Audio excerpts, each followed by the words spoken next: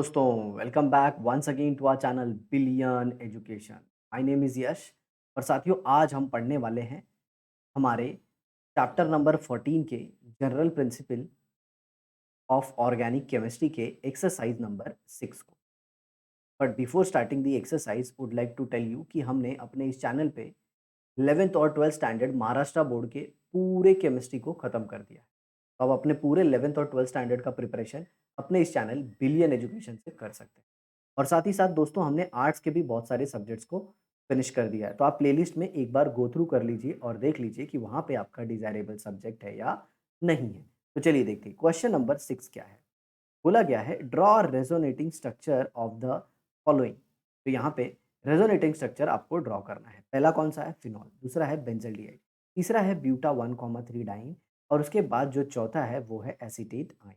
ठीक है, अब देखिए पूरा स्ट्रक्चर आपको यहाँ पे दिया गया है। तो ये है सबसे पहले आपका फिनॉल का स्ट्रक्चर। फिनॉल फिनॉल को कैसे ड्रॉ करेंगे वो दिया गया। तो ये देखिए, ये पूरा फिनॉल का स्ट्रक्चर। ठीक है, बाकी ये इलेक्ट्रॉन का मूवमेंट कैसे हो रहा है, उसके पीछे रीज़न क्या है, ये सब कुछ बाकायदा हमने बहुत अच्छे से डिस्कस कर लिया है अपने थियरी सेक्शन में।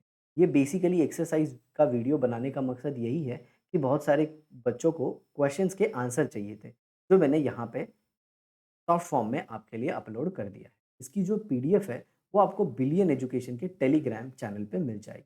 जी हाँ, उसके अंदर chapter number 14 basic principles of organic chemistry नाम से वो पीडीएफ होगी। चलिए अब देखते हैं नेक्स्ट क्वेश्चन। तो यहाँ पे देखिए आपको नेक्स्ट क्वेश्चन है डिस्टिंग्विश। क्या दिया है? Distinguish between inductive effect and resonance effect, electrophile and nucleophile, carbocation carbon ion, homolysis and hydrolysis. ये सब कुछ दिया गया है। तो इसे भी हमने बाकायदा लोड किया है। ये देखिए, ये ब्यूटाडाइन का, ये एसीटेट आयन का रेजोनेटिंग स्ट्रक्चर, ये देखिए इंडक्टिव और रेजोनेंस इफेक्ट के बीच के सारे डिफरेंस। तो सबसे पहले इंडक्टिव इफेक्ट में पहला पॉइंट क्या है? Based on electronegativity. ये बेस्ड ऑन क्या है? Conjugation. Electron moves via sigma bond. इसमें सिग्मा इलेक्ट्रॉन यहाँ से थोड़ा सा ऐसे जाते हैं और इसमें पाई बॉन्ड का ऐसा मूवमेंट दिखाया जाता है। समझ में आ रहा है? तो जितनी भी इंपॉर्टेंट चीजें हैं सारी इसमें इंक्लूड हो गई हैं। अब आगे का क्वेश्चन। तो देखिए नेक्स्ट क्वेश्चन क्या है। राइट ट्रू और false. Correct the false statement. Homolytic fission. देखिए homolytic fission involves unsymmetrical breaking of a covalent bond. सुनिएगा, homolytic is a symmetrical. Homolytic is a symmetrical. तो यहाँ पे आपको किस में चेंज करना है? जी हाँ, ये अनसिमेट्रिकल को सिमेट्रिकल करना है। आ गया समझ में? आगे देखिए हेट्रोलिटिक फिजन। हेट्रोलिटिक फिजन यहाँ पे देखिए, हेट्रोलिटिक इसमें क्या आपको चेंज करना है? अन के जगह पे सिर्फ सिमेट्रिकल होना चाहिए। ठीक है, heterolytic fission results in formation of free radical. नहीं, heterolytic fission results in a formation of a carbocation. Carbocation या फिर कार्ब अनायन। समझ में अगर कोई इलेक्ट्रॉन लेके जाने वाली स्पीशीज है तब तो कार्बोकटायन देगी, और कोई इलेक्ट्रॉन देकर जाने वाली स्पीशीज है तो वो carbanion. Free radicals are always negatively charge species. जी नहीं, फ्री रेडिकल तो न्यूट्रल स्पीशीज होती है। ओके, उनके ऊपर ना तो नेगेटिव चार्ज होता है ना तो पॉजिटिव चार्ज होता है। समझ में आया? Next, aniline is a heterocyclic compound. तो सबसे पहले प्यारे बच्चों मैं आपको बताना चाहूंगा कि जो एनिलीन है, एनिलीन जो है ये हेट्रोसाइक्लिक कंपाउंड नहीं है। जैसे यहाँ पे देखिए, ये है एनिलीन का स्ट्रक्चर। ओके, तो हेट्रोसाइक्लिक उसको बोलते हैं जब ये एन जो है ना ये रिंग में होता, मतलब ऐसा कुछ होता, ऐसा कुछ होता तो आप इसको हेट्रोसाइक्लिक ऐसे कंपाउंड बोल सकते हैं। But allylene is not a heterocyclic compound. ये तो साइड में NH2 ग्रुप लगा है जो बेंजीन रिंग के साथ अटैच है। हेट्रोसाइक्लिक कंपाउंड मतलब जो हेटेरो एटम है वो रिंग का पार्ट होना चाहिए अगर साइक्लिक सिस्टम है तो। ठीक है, चलिए देखते हैं आगे next question. Pristane is a naturally occurring alkane produced by Alga spirogyra, and it is a constituent of petroleum. The IUPAC name of phytane is 2,6,10,14 tetramethyl hexadecane. टेट्रामिथाइल हेक्साडेकिन, मतलब टोटल 16 कार्बन है इसमें। Right zigzag formula for pytane, how many primary, secondary and tertiary and quaternary carbon are present in this molecule? समझ में आ रहा है? तो देखिए सबसे पहले अपने को 16 कार्बन की चेन बनानी है, उस पे से उसमें भी इम्पॉर्टेंट क्या है वो देखिए। उसमें इम्पॉर्टेंट ये है कि सेकेंड पे, 6 पे, 10 पे और 14 पे मिथाइल ग्रुप है। सेकेंड, 6, 10 और 14, तो चलिए देख लेते हैं। सेकेंड, 6, 10 और 14। तो यहाँ पे देखिए पहले 16, 1, 2, 3, ऐसे बस बनाते जाइए। तो ये देखिए, ये फर्स्ट, ये सेकेंड, ये थर्ड, ये फोर्थ, ये फिफ्थ, ये सिक्स्थ, ये 7, ये 8, ये 9 और ये 10। 10 पे क्या है? मिथाइल। फिर उसके बाद 11, 12, 13, 14, 15, 16। समझ में आ रहा है? 2, 6, 10 और एक कौन सा था? चलिए वो भी देख लेते हैं। और एक था 14 पे। 14 पे हमको क्या करना होगा? एक मिथाइल ग्रुप लगाना होगा। ठीक है? तो ये देखिए, ये हो गया। नंबरिंग दे देता हूँ मैं आपको। 1, 2, 3, 4, 5, 6, 7, 8, 9, 10, 11, 12, 13। यहाँ पे ये आ गया 14, ये 15 और ये 16। तो ये हो गया आपका फाइटीन। समझ में आया? आसान है, इतना कुछ डिफिकल्ट नहीं। आगे देखिए। Observe the following structure and answer the question given below. देखिए कौन सा क्वेश्चन दिया गया है। What is the relation between 1 and 2? 1 और 2 में क्या रिलेशन है? तो देखिए ये 4 कार्बन की चेन है और ये 3 कार्बन की चेन। समझ में आया? तो दे आर चेन आइजो, दे आर चेन आइजोमर आप कह सकते हैं। Right the IUPAC name of second. Second का आईयूपीएसी नाम लिखना। 1, 2, 3। लेकिन हम फंक्शनल को ज़्यादा प्रायोरिटी देंगे, तो 2 पे हो जाएगा मिथाइल, 2 मिथाइल प्रोपेनल। क्या नाम हो जाएगा इसका? 2 मिथाइल प्रोपेनल। दूसरा क्या है? Right IUPAC name of second हो गया। Draw the functional group isomer of 1। आपको 1 का फंक्शनल ग्रुप आइसोमर बनाना है। तो अल्डिहाइड है, अल्डिहाइड का फंक्शनल ग्रुप आइसोमर क्या हो जाएगा? कीटोन हो जाएगा। 4 कार्बन वाला आप कीटोन बना दीजिए। ये देखिए, C double bond O, CH3, यहाँ पे CH3, ये H2 और ये S। देखिए इसमें कितने कार हाइड्रोजन थे? 3, तो 5, 2 7 और 1 8। तो ये देखिए 3, 3 6। समझ में आया? और ये 2 8 और ये ऑक्सीजन। समझ में आया? तो ये कीटोन हो गया। इसको बोलते हैं ब्यूटेन 3 ओन। ब्यूटेन 3। आया समझ में दोस्तों? तो ये था आपका पूरा 14th चैप्टर। देखिए ये पूरा 14 चैप्टर की जो भी एक्सरसाइज है यहाँ तक वो हमने कर ली है। अब इसके आगे अगर आप देखें तो क्वेश्चन नंबर 11 है। ठीक है? तो ये जो पार्ट था जो थियोरेटिकल था वो मैंने आपको ऑलमोस्ट दे दिया है। अब इसके बाद वाला जो पार्ट है ये थोड़ा-सा प्रैक्टिकल है, मतलब हम इसे एक्सप्लेनेशन के थ्रू एक्सप्लेन कर सकते हैं। समझ में आ रहा? फिनिश कर सकते हैं। तो चलिए इसे भी देख लेते हैं। Observe the following and answer the question given below. ये CH3 ये फ्री रेडिकल बन गया। ये कौन से टाइप का फिजन है? Homolytic fission. Name the reactive intermediate produce. ये क्या है? Free radical. क्या है? Free radical. ठीक है? Indicate the movement of electrons by suitable arrow to produce this intermediate. Arrow में दिखाना है, तो एरो कैसे दिखाएंगे? दोनों इलेक्ट्रॉन एक दूसरे को मिल गए, तो एक इधर और एक इधर। Comment on stability of these intermediate produce. दोनों स्टेबल नहीं है, दोनों 7 इलेक्ट्रॉन स्पीशीज है। 7 इलेक्ट्रॉन, दोनों को एक एक इलेक्ट्रॉन चाहिए, तो वो हाईली अनस्टेबल है, बहुत ज़्यादा रिएक्टिव होंगे ये। समझा? नेक्स्ट देखिए। An electronic displacement in a covalent bond is represented by following notation. ये देखिए क्लोरीन के ऊपर पार्शियल नेगेटिव, मतलब क्लोरीन इलेक्ट्रॉन खींच रहा है। ये कार्बन के ऊपर पार्शियल पॉजिटिव है, ये कार्बन के ऊपर भी पार्शियल पॉजिटिव है। इंडक्टिव इफेक्ट है। कौन सा है? Inductive effect. इंडक्टिव इफेक्ट भी 2 टाइप का होता है, प्लस और माइनस। तो ये तो खींचने वाला है, तो minus I effect. Is the displacement of electron in a covalent bond temporary और परमानेंट? तो देखिए inductive effect is a permanent effect. जब तक ये क्लोरीन है तब तक तो ये इफेक्ट दिखेगा मेरे दोस्त। Draw all the no bond resonance structure of isopropyl carbocation. No bond resonance structure of isopropyl carbocation. तो आइसोप्रोपाइल क्या होगा? सही है, आइसोप्रोपाइल कार्बोकटायन। तो ये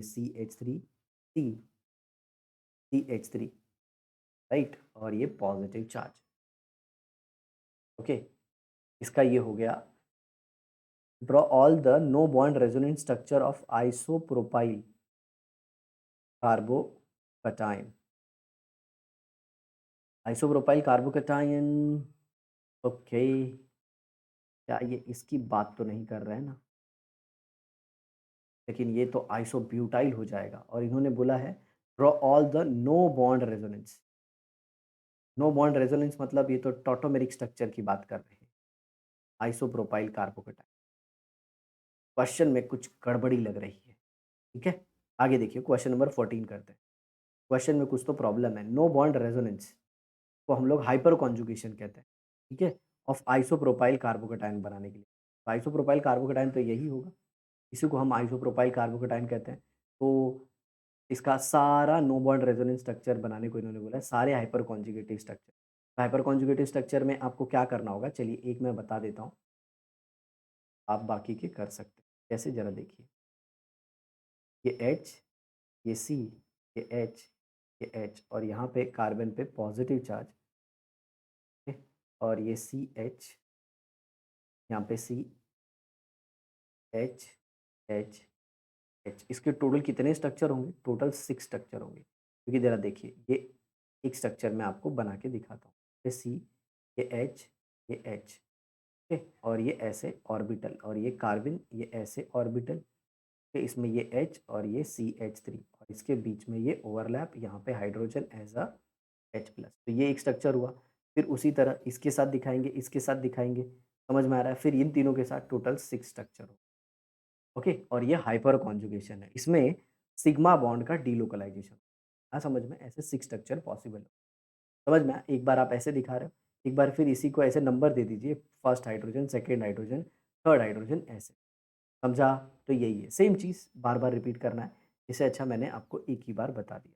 अ covalent bond in tertiary butyl bromide breaks in a suitable polar solvent to give ion. तो tertiary butyl bromide है, तो ये देखिए, ये टर्शियरी ब्यूटाइल हो गया, और ये ब्रोमाइड, देखिए 4-4 कार्बन है, और पोलर सॉल्वेंट में तो ये टूट के आपको ऐसा कार्बोकटायन ही दे देगा। ये ऐसे C, ये देखिए ये C, और इस पे पॉजिटिव टर्शियरी कार्बोकटायन आपको मिलेगा। Name the anion produced by this breaking of a covalent bond. तो अनायन को बोल रहे हैं बनाने के लिए, तो नो डाउट ब्रोमाइड आयन बनेगा। क्या बनेगा? Bromide ion. Indicate the type of bond breaking in this case, heterolytic bond fusion. ये देखिए ना, पोलर सॉल्वेंट लिया है, पोलर सॉल्वेंट। आगे देखिए क्या बोला है, comment the geometry of the cation formed by such bond cleavage. तो ये ज्योमेट्री देखिए सिंपल है, ये यहाँ पे ऐसे अगर बनाना हो तो अच्छे से मैं ऐसे बता सकता हूँ। ये देखिए C, ओके, तो ये प्लेनर स्ट्रक्चर होगा, planar, planar X Y plane में, ये एक्स और ये Y, X Y plane, planar geometry होगी, simple. Choose the correct option. यहाँ पे हमको सही ऑप्शन चुनना है। ये क्वेश्चन नंबर 15 है, ओके। क्वेश्चन नंबर 15 को भी कर लेते हैं। Which of the following statement are true with respect to electronic displacement in covalent bond? Inductive effect operates through pi bond, ये गलत है, वो सिग्मा बॉन्ड के थ्रू ऑपरेट होता है, ओके। सिग्मा बॉन्ड थोड़े से शिफ्ट हो जाते हैं जो ज़्यादा इलेक्ट्रोनेगेटिव होता है की तरफ, ओके। वो डिपेंड करता है कौन सा इंडक्टिव इफेक्ट है। Resonance effect operates through sigma bond, ये भी गलत है। रेजोनेंस इफेक्ट किसके थ्रू ऑपरेट होता है? पाई बॉन्ड के through. Inductive effect operate through sigma bond, resonance effect operate through pi bond, भी सही है। तो ऑप्शन सी और डी राइट है। ये हो गया थर्ड वाला, ठीक है। आगे देखिए, hyperconjugation involves overlap of orbital sigma sigma, sigma sigma, sigma n p, p p, pi p. तो ये बी वाला ऑप्शन सही है। सिग्मा किसका? अल्फा कार्बन और उसके हाइड्रोजन का, और पी किसका? जिसके ऊपर पॉजिटिव चार्ज है या फिर जिससे हाइपर कॉन्जुगेशन हो रहा, ओके। तो एक पी ऑर्बिटल होती है और एक सिग्मा वाली। Which type of isomerism is possible in this? C H three C H, C H C H three, okay. देखिए ये कैसे है, C H three C H double bond C H H three, okay. अब इसमें क्या कर सकते हैं हम, इसमें कौन से टाइप की आइसोमेरिज्म दिखा सकते हैं हम? तो इसमें तो हम चेन आइसोमेरिज्म भी दिखा सकते हैं, पोजीशन भी दिखा सकते हैं। कैसे? चेन कैसे दिखाएंगे, ये देखिए, C H two double bond C, C H three, और एक यहाँ पे सी एच, ये देखिए, ये सी एच थ्री, और ये पर्टिकुलर कंपाउंड क्या हो गए? एक दूसरे के, ये एक दूसरे के क्या हैं? क्या लग रहा है आपको? इसमें चेन 3 कार्बन की है और इसमें चेन 4 कार्बन की। तो ये चेन आइसोमर हो गए, राइट? पोजीशन आइसोमर भी आप दिखा सकते हैं, ठीक है? तो बेटर आंसर क्या होगा इसमें ज़्यादा कि they will show position isomerism, okay? और यहाँ पे बोला गया है और क्या दिखा सकते हैं ये? ये पोजीशन आइसोमर दिखा सकते हैं कि डबल बॉन्ड यहाँ से यहाँ भी ले सकते हो आप, राइट? ये चेन आइसोमर भी दिखा सकते हैं, जैसे यहाँ पे देखिए चेन आइसोमर, ये ज्योमेट्रिकल आइसोमर भी दिखा सकते हैं, ओके? लेकिन ये क्या नहीं दिखा सकते? टॉटोमेरिज्म नहीं दिखा। विच type of isomerism is possible in CH3? मेरे ख्याल से क्वेश्चन कुछ ऐसा होना चाहिए था, विच type of isomerism is not possible in this? समझ में आ रहा है? तो ज्योमेट्रिकल भी दिखाएगा, ये पोजीशन भी दिखाएगा, चेन भी दिखाएगा, लेकिन टॉटोमेरिज्म नहीं दिखाएगा। हाँ समझ में? Next, the correct IUPAC name of the compound is, तो ये देखिए, ये 1, ये 2, ये 3, ये 4, ये 5 और ये 6, ओके? देखिए डबल बॉन्ड को आप राइट से लेफ्ट आइए या फिर लेफ्ट से राइट जाइए, थर्ड पोजीशन ही मिल रहा है, बट जब आप राइट से लेफ्ट आते हैं तो सब्स्टिट्यूएंट को फोर्थ मिल रहा है, बट आप लेफ्ट से राइट जा रहे हैं तो सब्स्टिट्यूएंट को थर्ड पोजीशन मिल रहा है। तो ये कितने कार्बन हो गए? 1 2 3 4 5 6। हम लेफ्ट से नंबरिंग करेंगे तो ये आ जाएगा 3 मिथाइल, क्या आ जाएगा? 3 मिथाइल हेक्स 3 ई, डी वाला ऑप्शन राइट है। The geometry of carbocation is planar, always planar, हमेशा याद रखना। The homologous series of alcohol has general molecular formula, ये देखिए, C2H5OH या फिर CH3OH या फिर इसके बाद वाला CH3 CH2 CH2OH। जरा देखिए कार्बन का नंबर अगर n है तो हाइड्रोजन कितने होंगे? देखिए 3, तो 6, मतलब कार्बन का नंबर यहीं से मैं आपको बता देता हूँ, 1 2 3 कार्बन है, मान लीजिए 3 कार्बन है। जरा देखिए हाइड्रोजन कितने हैं? 3 2 5, तो 7 और 1 8, कैसे हो जाएगा? C3N3 इंटू 2 प्लस 2, समझ में आ गया? प्लस 2 O आ जाएगा, ओके? 3 C3, 3 इंटू 2 किया, फिर उसमें 2 ऐड कर दिया और O आ गया, तो ये क्या हो जाएगा? CnH2n plus 2O, CnH2n plus 2O। But वैसा तो कोई दिख नहीं रहा है, तो हम लोग क्या करेंगे? CnH2n प्लस 1 OH ले लेंगे, ये पहला वाला आ जाएगा। समझ में आया? ऐसे जनरल फॉर्मूला निकालते हैं। The delocalisation of the element, I hope आपको एफ वाला समझ में आया हो। चलिए एक बार और अच्छे से एक्सप्लेन करने की कोशिश करते हैं question number F. General formula पूछा है अल्कोहल का, तो ये देखिए, ये CH3OH है, ये CH3CH2OH है, ये CH3CH2CH2OH है। जरा इसका फॉर्मूला बनाने की कोशिश करते हैं। कार्बन 3, हाइड्रोजन कितने हैं? 8 है और एक ऑक्सीजन है, तो इसको कैसे लिख सकते हैं? C3 इंटू 2 प्लस 2, और ये तो मान लीजिए सी को, जो सी के नंबर है उसको n ले लेते हैं, तो ये क्या हो जाएगा? 2n प्लस 2O हो जाएगा। लेकिन आप देख रहे हैं यहाँ पे ऐसा कोई फॉर्मूला नहीं है, तो हम ऐसे कर सकते हैं, CnH2n प्लस 1, एक हाइड्रोजन यहाँ पे कम किया ना, देखिए एक हाइड्रोजन, तो इसको OH लिख दें, ये भी सही तरीका है, ठीक है? चलिए आगे देखते हैं। ये देखिए, the delocalization of electron due to overlap between p orbital and sigma bond is called as. Delocalization मतलब इलेक्ट्रॉन एक जगह से दूसरे जगह जा रहा है और p ऑर्बिटल का ओवरलैप भी हो रहा है, समझ में आ रहा है? Delocalization of electron due to overlap between p orbital and sigma bond, देखिए p orbital and sigma bond, तो ये हाइपर कॉन्जुगेशन। अगर p ऑर्बिटल होता साथियों तो वो रेजोनेंस होता, समझ में आया? तो यहाँ पे ये है हाइपर कॉन्जुगेशन, सिग्मा बॉन्ड और p ऑर्बिटल मतलब हाइपर कॉन्जुगेशन, p ऑर्बिटल मतलब रेजोनेंस, और सिर्फ सिग्मा इलेक्ट्रॉन का डीलोकलाइजेशन डिस्प्लेसमेंट हो रहा है, तो उसको इंडक्टिव कहते हैं, समझ में आया? जो कि इलेक्ट्रॉनिक इफेक्ट का ही पार्ट है। तो आई होप दोस्तों आपको ये वीडियो बहुत अच्छे से समझ में आई होगी। इसे अपने दोस्तों के साथ शेयर कीजिए और अगर कुछ डाउट है तो उसे कमेंट बॉक्स में भी लिखिए। ओके, तो इसी तरह अपना ज्ञान बढ़ाते रहिए और अपने माता पिता का नाम रोशन कीजिए। मिलते हैं नेक्स्ट एपिसोड में, तब तक के लिए बाय बाय।